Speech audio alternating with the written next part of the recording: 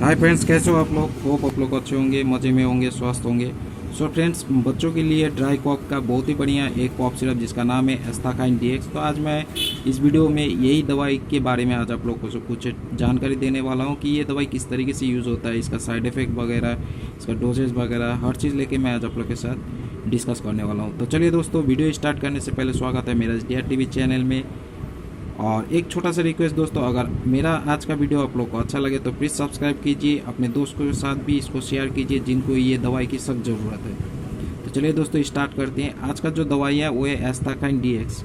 ये जो brand name है ये बना रहा है आपका लाइफ स्टार बोल के एक कंपनी है जो इसको मैन्युफैक्चरिंग कर रहा है। और इसका जो MRP है 51.23 पैसा इसका MRP है। इसमें 3 मॉलिक्यूल दिया गया है, जिस कारण से ये जो ड्राई कॉफ है इसका जो काम की जो क्षमता है वो बहुत ही ज़्यादा अच्छा हो जाता है।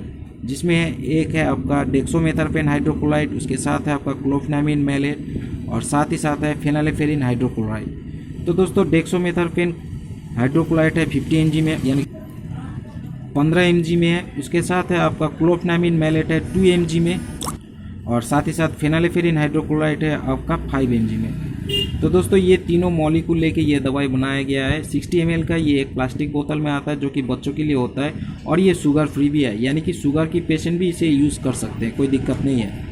और साथ ही साथ जो नॉर्मल पेशेंट है जिनको शुगर नहीं है या फिर मधुमेह की कोई बीमारी नहीं है वो भी इसे यूज़ कर सकता है। तो दोस्तों, ड्राई कॉफ किसे कहा जाता है? ड्राई कॉफ वही कॉफ है जो सूख चुका है आपके लंग में या फिर आपके एसोफेगस में। उसके साथ साथ जो सर्दी वगैरह, नाक से पानी गिरना, या फिर जब आप लोग बच्चे लोग खांसी करते हैं तो उस टाइम उनके गले में खिंच वगैरह, तो इस टाइप का जो प्रॉब्लम दिखाई देता है ड्राई कॉफ में, नॉर्मली ड्राई कॉफ में, इस सिचुएशन में आप इसे यूज़ कर सकते हो। लेकिन दोस्तों, ये शेड्यूल एज ड्रग है। आप इसे लेने से पहले एक बार डॉक्टर से ज़रूर कंसल्ट कर लीजिए और हो सके तो अपने बेबी को भी डॉक्टर के साथ उसको एक बार चेकअप करवा लीजिए, ताकि आपको समझ में आ जाए कि आपका बेबी के लिए कितना डोजेस होना चाहिए। यहाँ पे जैसे आपको दिखाई देगा कि यहाँ पे सबसे नीचे है 2.5 ml, उसके ऊपर है आपका 5 ml और लास्ट में 10 ml।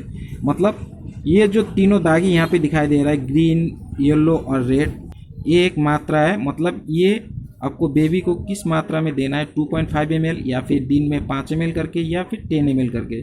तो ये डिपेंड करेगा आपका बेबी का हेल्थ के ऊपर, उनको जो कॉफ की प्रॉब्लम है, जो ड्राई कॉफ की प्रॉब्लम हो, वो कितना पुराना है या फिर किस, मतलब उसका जो स्टेज है कौन सा स्टेज में है। तो ये डिपेंड करता है आपका बेबी का हेल्थ के ऊपर, जो कि डॉक्टर आपको देख के बता दिया जाएगा कि आपको इतना मात्रा में आपको दिन में 2 बार या फिर 3 बार आपको लेना है।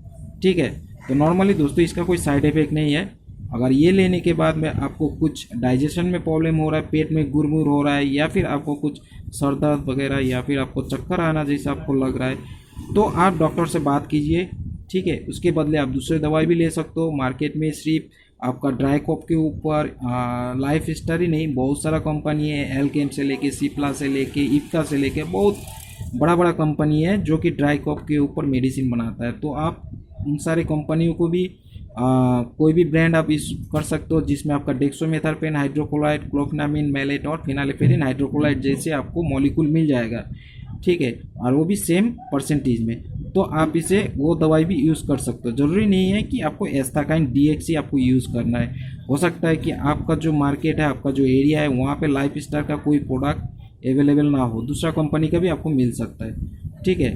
तो एक मैंने जो आपको बताया कि इसको ये किस तरीके से यूज़ होता है, इसका डोजेस जो मैंने पहले आपको बता दिया, दोबारा मैं आपको बताता हूँ कि ये ड्राई कॉफ का सिरप है। तो आप डॉक्टर से बात करके ही आपका बेटे या फिर आपका जो बेबी है, उनका जो एज है और उनका जो हेल्थ का जो उनका कॉफ का जो प्रॉब्लम है, कितना पुराना है, क्या उनका सिचुएशन है फिलहाल प्रेजेंट में, तो ये सब चीज़ कैलकुलेशन करने के बाद ही डॉक्टर आपको इसका जो डोजेज है वो आपको बता दिया जाएगा। तो उसी तरीके से अगर आप इसे यूज़ करते हैं तो आपको बेटर रिजल्ट मिल जाएगा। और हो सकता है दोस्तों, इसके साथ आपको एंटीबायोटिक भी चाहिए होगा। ठीक है। तो वो एंटीबायोटिक कौन सा होगा, किस तरीके से लेना होगा, वो भी आपके बेबी का हेल्थ के ऊपर डिपेंड करके होता है। ठीक है। तो आशा करता हूँ दोस्तों आज का टॉपिक आप लोग को अच्छा लगे। अगर कुछ जानकारी लेना चाहते हो तो प्लीज़ कमेंट्स कीजिएगा कमेंट्स बॉक्स में। ठीक है। Thank you for watching DRTV। Next video में दोबारा मुलाकात होगी दोस्तों आप लोग के साथ। Have a nice day.